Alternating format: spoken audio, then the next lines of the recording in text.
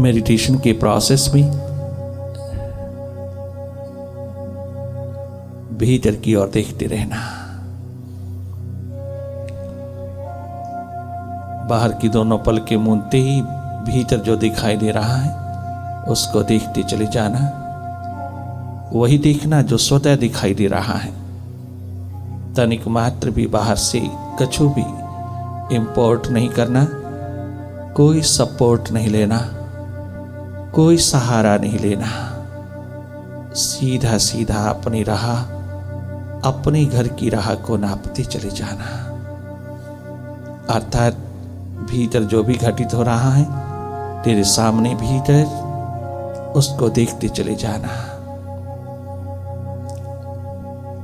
लगातार देखते चले जाना। सहज अवस्था में बिना किसी प्रेशर दबाव के अपने भीतर की राह लेना। शिव नेत्र हो जाना, तुम स्वयं तृतीय नेत्र हो जाना।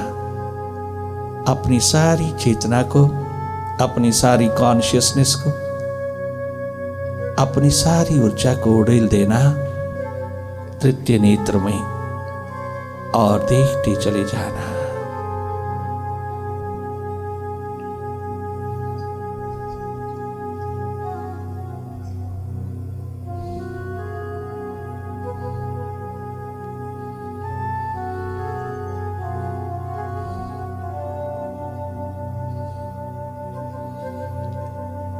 तुम जागे रहना, देखती रहना। ये आदत मन के साथ हो लेने की बहुत पुरातन है, बहुत पुरानी है। थोड़ा समय, थोड़ा टाइम, थोड़ी प्यास जगते ही, ये थोड़े से टाइम के अंदर ही पता चल जाएगा कि क्या मैं मन हूं या मन को देखने वाला साक्षी दृष्टा हूं। मैं कौन हूं? क्या मन के साथ पिछड़ लगूं, मन के साथ जुड़ जुड़ के मैं मन ही तो नहीं हो गया? मैं मन ही बन के तो नहीं घूम रहा? मैं मन माया का रूप तो नहीं? इसका भान बहुत जल्दी होने लगेगा। जब तुम कहते हो मेरा मन नहीं लगता, तो इसका मतलब जिसको ये अनुभव हो रहा है वही तुम हो। और मन मेरा है, मैं मन नहीं हूं। मेरा मन नहीं लगता, इसका मतलब मन मुझको मिला है, मेरा है। मैं मन नहीं हूं, मैं मन को देखने वाला एकमात्र सीयर, विटनेस, ऑब्जर्वर हूं, केवल देखने वाला हूं। मैं मास्टर हूं माइंड का, परंतु अज्ञानतावश मन के हाथों लुट गया हूं, अपने ही नौकर के हाथों लुट गया हूं। मैंने स्वयं अपने नौकर को मालिक बना दिया और मैं उसका नौकर बन गया, उसका पीछा लगू हो गया, उसकी गोदी में सो गया। यही एकमात्र भूल इंसान से हुई है। इस भूल को विदा करना और अपनी याद कर लेना कि मैं कौन हूं। अपनी सुरती जगाना, अपने ध्यान में डूबना, अपने आप की याद करना, मैं कौन हूं, मेरा स्वरूप, मेरा स्वभाव क्या है, मेरी ट्रू नेचर क्या है। मेरा स्वभाव है साक्षी दृष्टा होकर के देखना। मेरा स्वभाव है निष्पक्ष, निरपेक्ष, न्यूट्रल एनर्जी हो जाना। मेरा स्वभाव है केवल देखना, भीतर की गतिविधि में कहीं दखल नहीं देना, मन की गति में कहीं दखल नहीं देना। मन कहीं भी जाए, कुछ भी करे, कैसा भी करे, तुम केवल देखते रहना। देखना ही अनुभव है, देखना ही हम सबका स्वभाव है। बाहर देखते देखते जीवन कट रहा है, थोड़ा भीतर देख लेना बहुत जरूरी है। जीवन को आनंदित, सुखद बनाने के लिए, स्वस्थ जीने के लिए, प्रेम पूर्ण जीने के लिए बहुत जरूरी है भीतर थोड़ा देख लेना, तेरे देखने मात्र से अंधेरे पतले होते जाते हैं, विचार कम होते जाते हैं, दौड़ द्वंद्व कम होती जाती है। मन सदा ही भूत भविष्य से उतर करके भीतर की ओर आने लगता है। तूने कुछ करना नहीं, मन के प्रति केवल जागना है।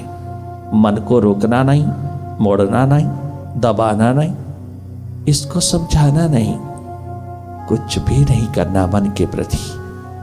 केवल तुम मन से हट जाना, मन के साथ साथ नहीं जाना। तुम अपनी सुरती, अपनी होश, अपनी कॉन्शियसनेस, अपनी चेतना को अखंड बनाए रखना और लगातार देखते रहना।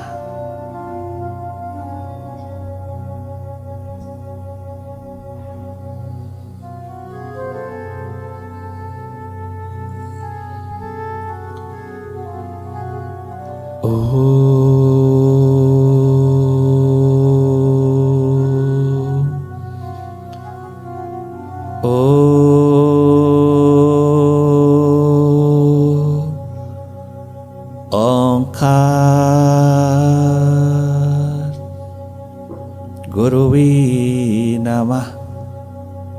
ओम गुरुवे नमः। ओम गुरुवे नमः।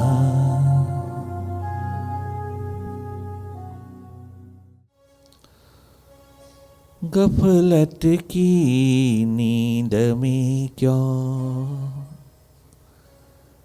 अज्ञानता की नींद में क्यों इंसान सो रहा है। अज्ञानता की नींद में क्यों, गफलत की नींद में क्यों इंसान सो रहा है।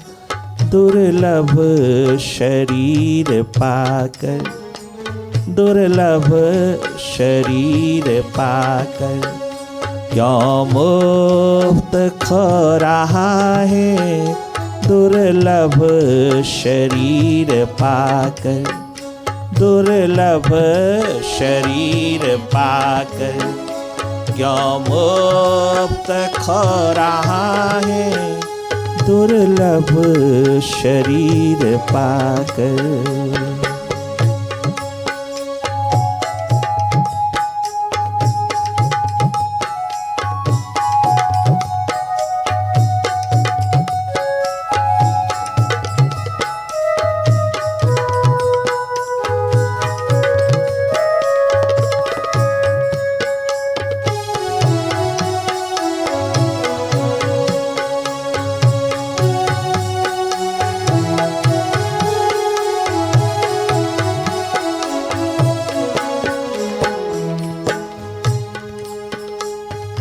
इस जगत की सरामी मेहमान बन के आया तू।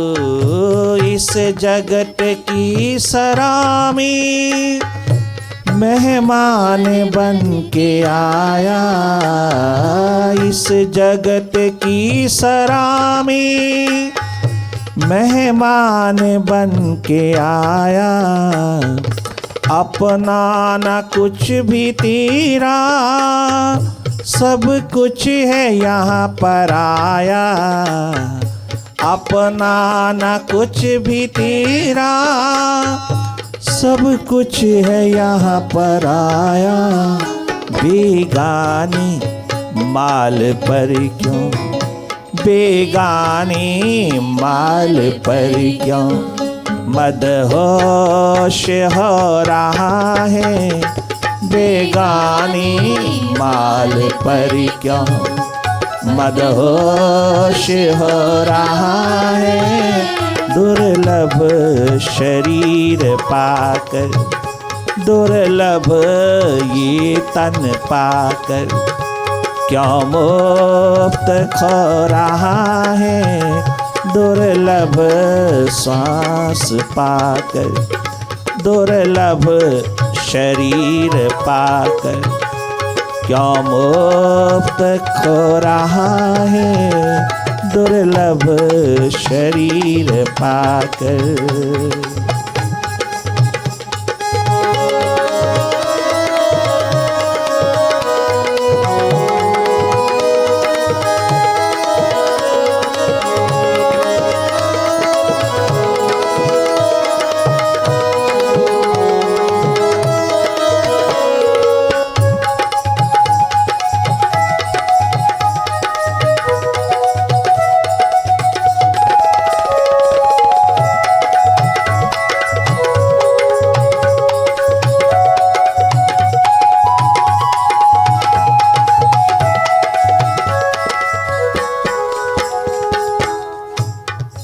इस अनुपम अनमोल जीवन को प्राप्त करने के बाद, इन अमूल्य श्वासों को प्राप्त करने के बाद वो इंसान जिंदगी में हमेशा धन्यवाद गाना, हमेशा प्रभु के प्रति कृतज्ञता का भाव लेकर के, धन्यवाद का भाव लेकर के जीना, सब और अपनी विनम्रता, सरलता, सहजता, निरअभिमानता का दिया जलाते चले जाना। अपने भीतर, अपने हृदय द्वार को, अपने स्रोत को कभी नहीं भूलना। जिस मालिक ने इतना अनमोल जीवन, इतना अमूल्य जीवन, जिसके लिए देवी देवता तरसते हैं, 33 करोड़ देवी देवता जिसके लिए तरसते तरसते चले जाते हैं, उनके हाथ नहीं लगता।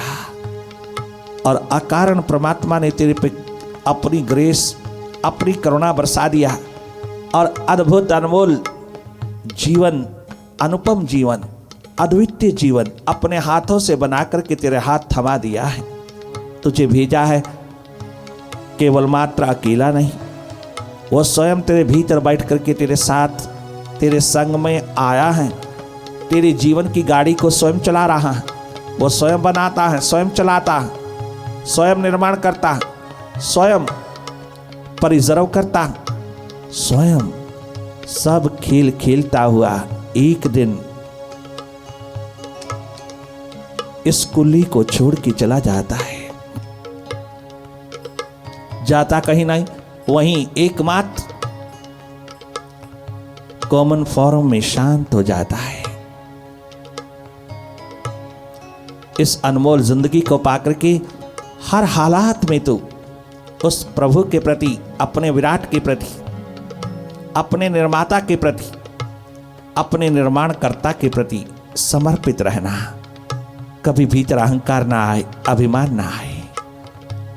अक्सर देखा गया है इंसान सुख के अंदर तो परमात्मा को केवल फॉर्मेलिटी, औपचारिकता का रूप बना करके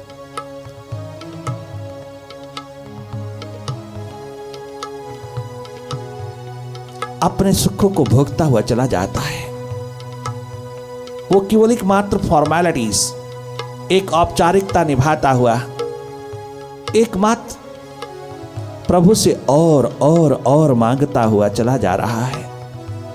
अनेकों अनेकों सुखों का भंडार होकर के भी, सब सुख के साधन होकर के भी तो प्रभु से और ज्यादा मांगता चला जा रहा है। सुख की घड़ी में प्रभु को हृदय से नहीं पुकारता, हृदय से धन्यवाद नहीं देता, हृदय में अहंकार रखता है, अभिमान रखता है और बाहर बाहर उसका शुक्रगुजार करता है और उससे और यही भाषा चलती है तेरी।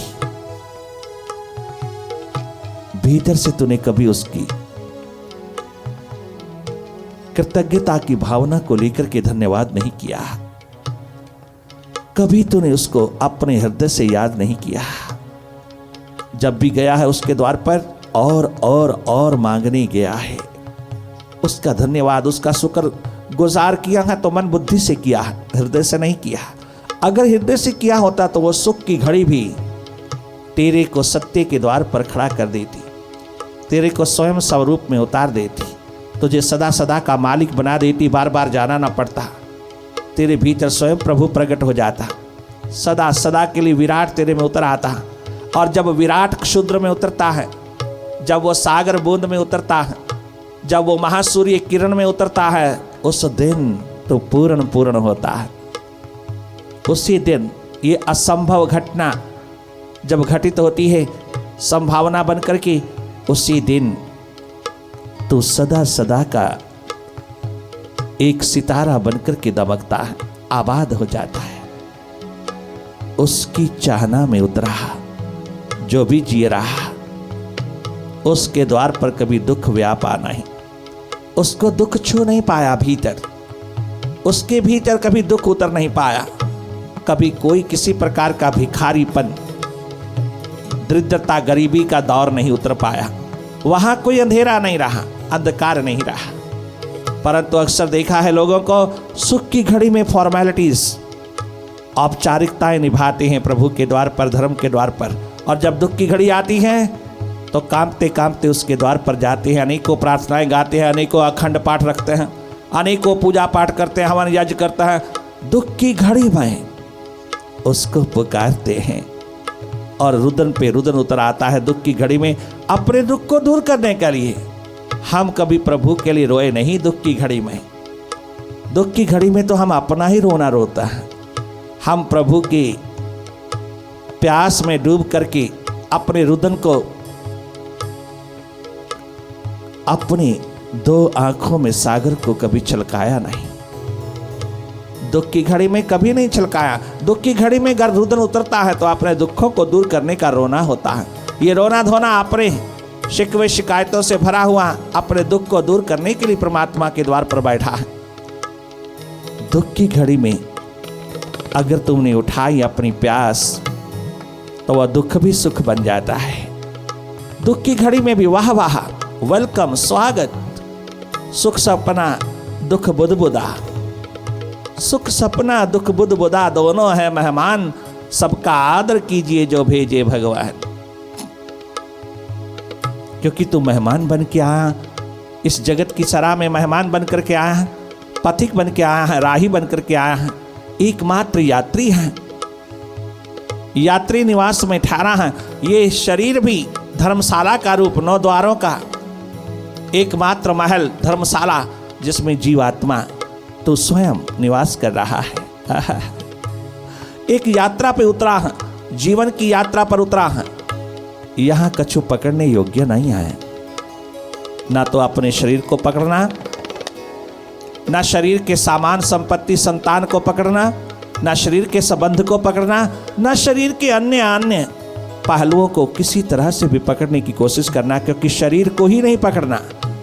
जिस दिन तूने शरीर को पकड़ा, शरीर को महत्व दिया, आत्मा को छोड़ करके, अपने आप को भूल करके, तो शरीर ही बन गया, तो बॉडी ही बन गया। एकमात्र जो भी अपीयरेंस में है वही तू बन करके जिया, उसी दिन तेरी पकड़ शुरू हो गई। सर्वप्रथम तूने शरीर को पकड़ा और फिर शरीर के तमाम सामान, सम्मान, संतान, संपत्तियों को, तमाम संबंधों को पकड़ना शुरू किया और अपनी ही एक ऐसी मकड़ी की जाल पैदा कर लिया।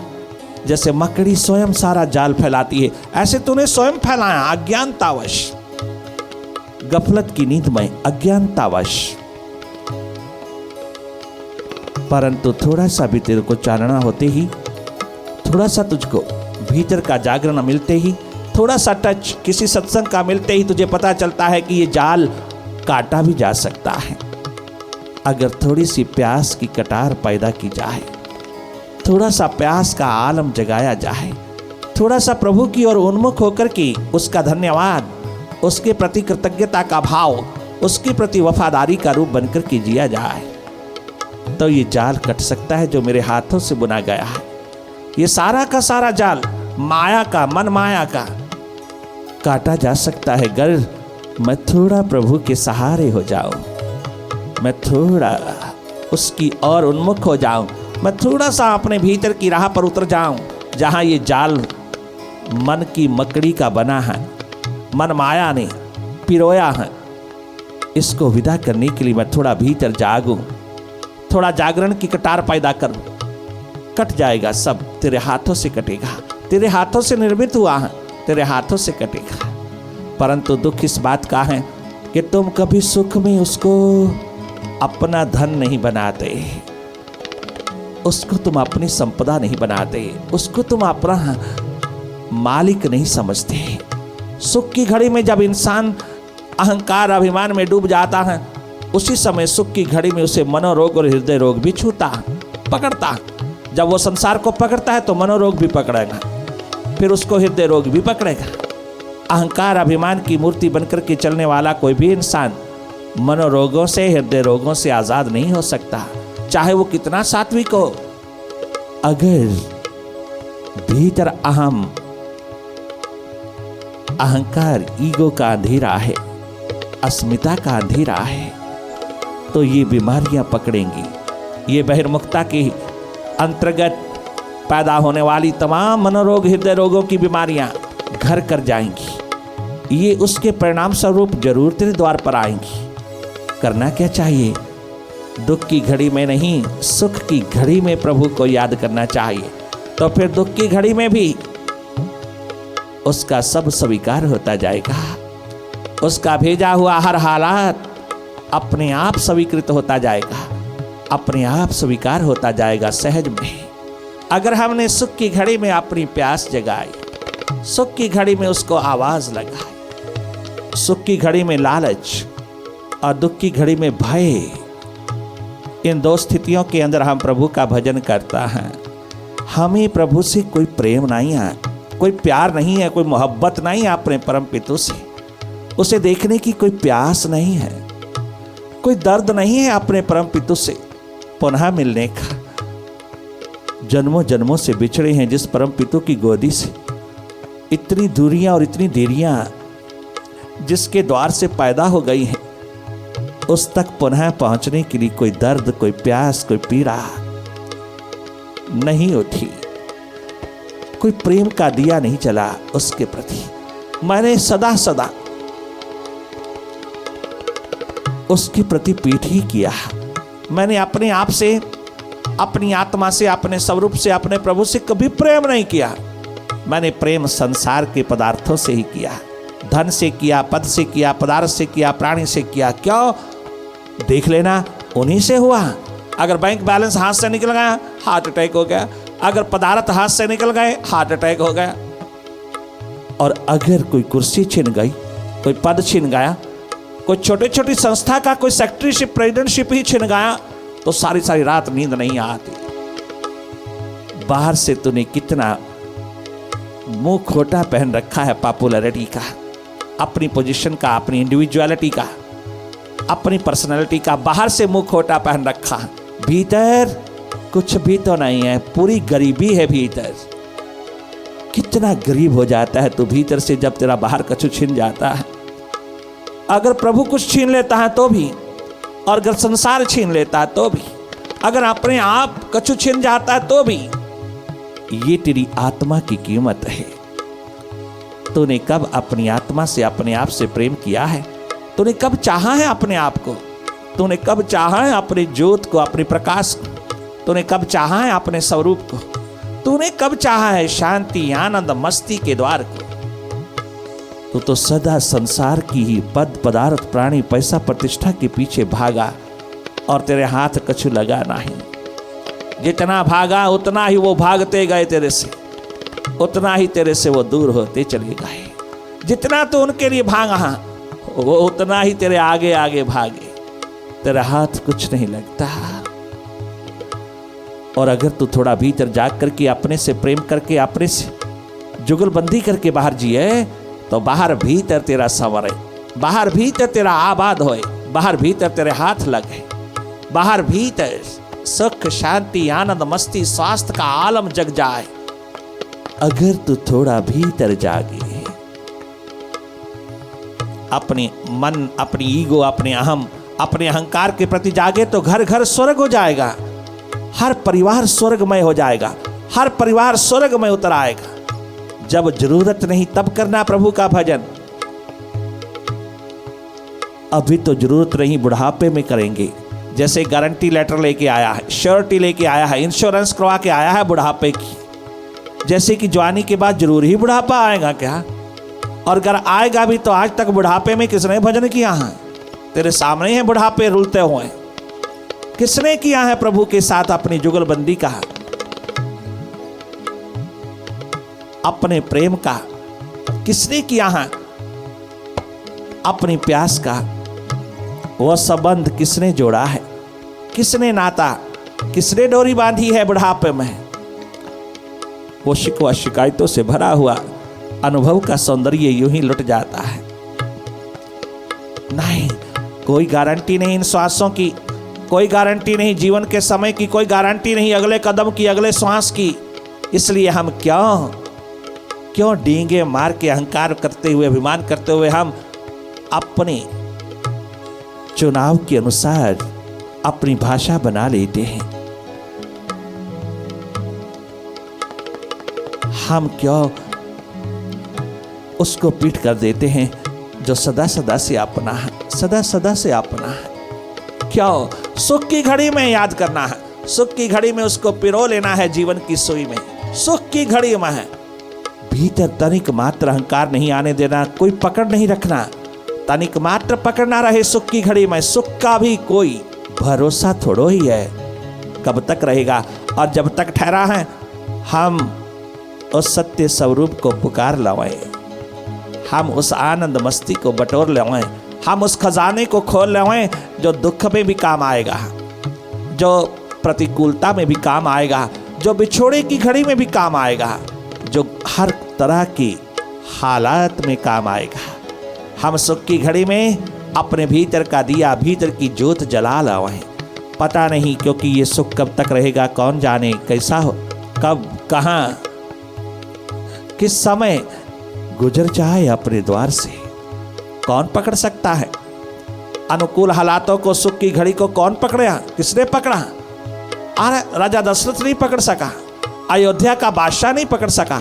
साक्षात जिसके घर में परमात्मा ने प्रकट होकर के बेटा का रूप बनकर के, पुत्र का रूप बनकर के उतरा, उसके पिता ना पकड़ पाए सुख की घड़ी का, उसका मनोरथ ना पूरा हो सका, वो अपने सुख की घड़ी को ना पकड़ पाया।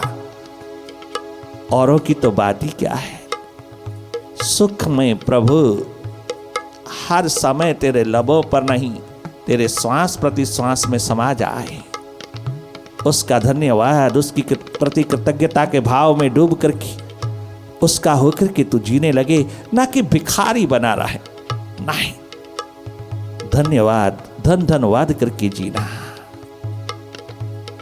अपने मन को संबोधित करते हुए प्रभु के दीवाने कितना सुंदर अपने मन को कहता है, ये कुटुंब ये कबीला मतलब के सब हैं साथी।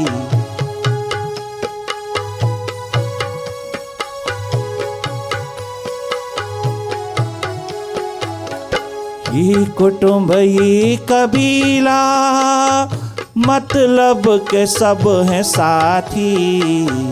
तेरा सिवा प्रभु के कोई न सच्चा नाती। तेरा सिवा प्रभु की कोई न सच्चा नाती।